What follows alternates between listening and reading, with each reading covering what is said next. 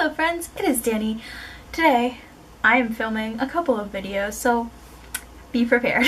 This video is going to be my first reading wrap-up of 2018. Mentioned in a previous video, I don't know which one of the last two, that I've decided not to do monthly wrap-ups anymore. I talked about how I wasn't reading a lot last year, so I didn't feel like there was a point in making a monthly wrap-up if I was only reading one book. They just seemed to get monotonous. That was point number 2 of why I stopped. So now I've decided that this year I'm going to try something new, and we'll see if I like it or if I'm gonna go back to not doing wrap-ups at all, but like I want to be able to tell you guys what I'm reading or what I have read. This is the first reading wrap-up, and I'm going to do a reading wrap-up every 5 books that I read. So that way I have a few books to talk about in each video, but I also don't have to make them every month if I'm not reading 5 books a month. I have read 6 books in January thus far, and it is January 27th, so I still have a couple more days, and I'm also between 2 books, which I will mention at the end, but I figured I would tell you about the 5 books that I have read thus far in the year. I'm gonna try and do them in order. I have my Goodreads list pulled up so that I know which order I did read them in. The first book that I read was a continuation from the end of December into January, finished it in January, and that is Truth by His Hand by Casey Cameron. I somehow got added to a LGBT Kindle Reads group on Facebook, and they were all talking about this book, and they said it was like 50 Shades of Grey meets LGBT, and I was intrigued because y'all know me and 50 Shades. I have like 3 copies of the entire series, so I was intrigued, and I think it was free. Was it free? I don't know. I think it was either free or it was a couple dollars. I got said book, and I read it for the last 2 weeks in the first week of January. It was good. It was something I had never like read before. I had never read like a smutty LGBT book before, but this is like hella smutty. But I really enjoyed it. This book is about a 34-year-old guy named River, and he's intrigued by all things BDSM because of his friend Mariah, who is one-armed, by the way. She only has one arm. It's pretty freaking cool. She's amazing. I love Mariah. But he's intrigued, and he wants to know what it's like. He's got out of a bad relationship that has kind of left him scarred, and he ends up meeting Ellison. And Ellison, which I love that name, I think Ellison is around the same age or a little bit older than him.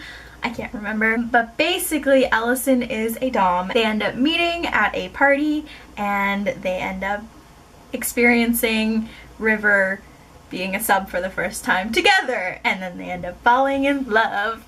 I thought it was good. I mean, like I said, it's something that I've never really delved into reading before, meaning like I haven't read a smutty LGBT book. Usually I'm reading YA. So it was an experience, but I didn't hate it, and I would read something like this again.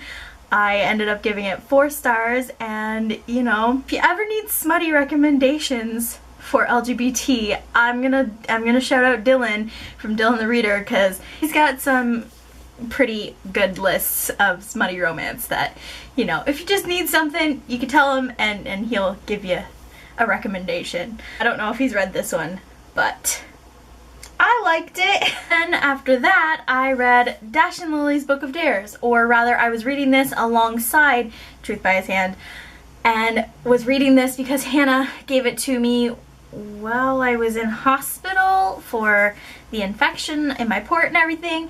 And so I started it, and I didn't finish it until the beginning of the year, which was fine because I was still in the Christmas mood anyways. But this book, I think you guys might already know about it. It's by Rachel Cohn and David Levithan. They also wrote Naomi and Eli's No Kiss List, which I didn't really like, and Nick and Nora's Infinite Playlist, which I have not read. But this one is about a boy and a girl who are conversing and meeting each other and falling in love with each other through a red Moleskine notebook. And they basically send themselves on adventures to try and get the notebook back, and then it's cute. It was cute romance. I am looking back at what I did say on Goodreads, which was one thing that I made a comment on about 25% of the way through this book, and I literally said, and I quote, I think I said the same thing about Naomi and Eli's no kiss list when I say there was too much inner dialogue and it was kind of boring, but not really. Like, it kept you engaged with the story, but it wasn't like over the top amazing. And so I think I only gave it 3 stars. Yeah. Here, come on. Alright. Right there. That puts you in the frame, Finn. I don't know if I'll ever pick up Nick and Nora's Infinite Playlist, and she's marking her territory on my walker. After Dash and Lily, I had my mom go to Chapters and pick up Saga Volume 8 for me. I read it within an hour and a half, 2 hours. Can't really tell you much about this. This is basically the continuation of the Saga series, or comic book series, by Brian K. Vaughan and Fiona Staples. And it's basically about 2 species that have a daughter, and their worlds are fighting, and basically their daughter is an invalid, and everybody's trying to kill them. That's the gist of it. And they're all trying to survive. I ended up giving this 5 stars again. I really enjoy the Saga series. I know that some people don't. I know that some people love it like I do. But this was the first graphic novel series that I ever read. And if you see this shelf right here, that shelf right there is completely full of graphic novels right in the middle. This whole chunk right here is all graphic novels. And this was the start of it. I mean, let's be real. This gets pretty graphic, a little weird sometimes, but like I still really, really love that entire book series. And I don't know when Volume 9's coming out, but I'm ready for it. Next book that I read after Saga was Darker by E.L. James, which is the 50 Shades of Grey trilogy's book number 2, 50 Shades Darker, in Christian's point of view. So, I mean, if y'all don't know what 50 Shades is by now, where have you been? Hey, I don't really want to go into it because it is a sequel, but it is basically the exact same as 50 Shades Darker, but in Christian's point of view, like I said, I didn't like it as much as I loved 50 Shades Darker. 50 Shades Darker was my favorite of 50 Shades Darker, 50 Shades Freed. Basically was them falling in love, and I loved that, and I loved seeing Christian so vulnerable, and I thought with this book I would get more insight to Christian.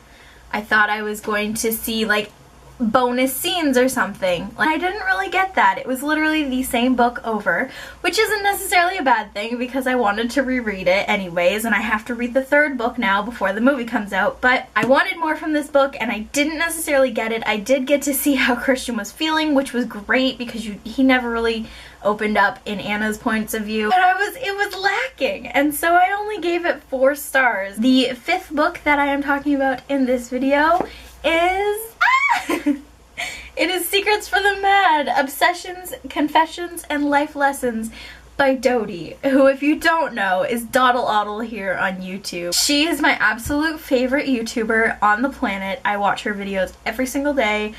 I will watch her videos on repeat. And then she wrote a book. And I was like, girl, you're speaking to my soul. The thing I love about Dodie so much is that she's so honest, open, and real about everything she's experiencing.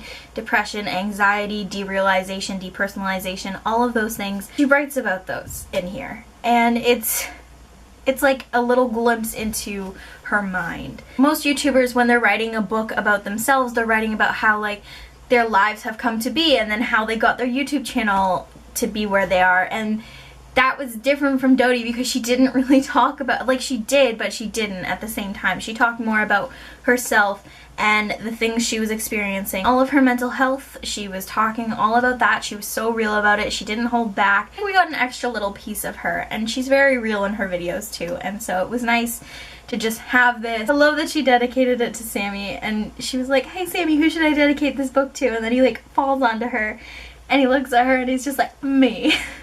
And I can picture them doing that because they're all like that in their vlogs as well. And it's just like, I got a piece of my favorite YouTubers in her book. And there were things I could actually relate to in that book as well. So it was nice to see a little piece of me in her writing. And so I gave her book 4 stars. because I love her. And that brings us to now. I have already finished another book, but I'm not going to mention that one. But I figured I would show you the 2 books that I am currently in between right now. So the first book that I have been reading, I started reading it on the 3rd of January, and that is Always and Forever Lara Jean by Jenny Han, which is the 3rd book in the To All the Boys I've Loved Before series.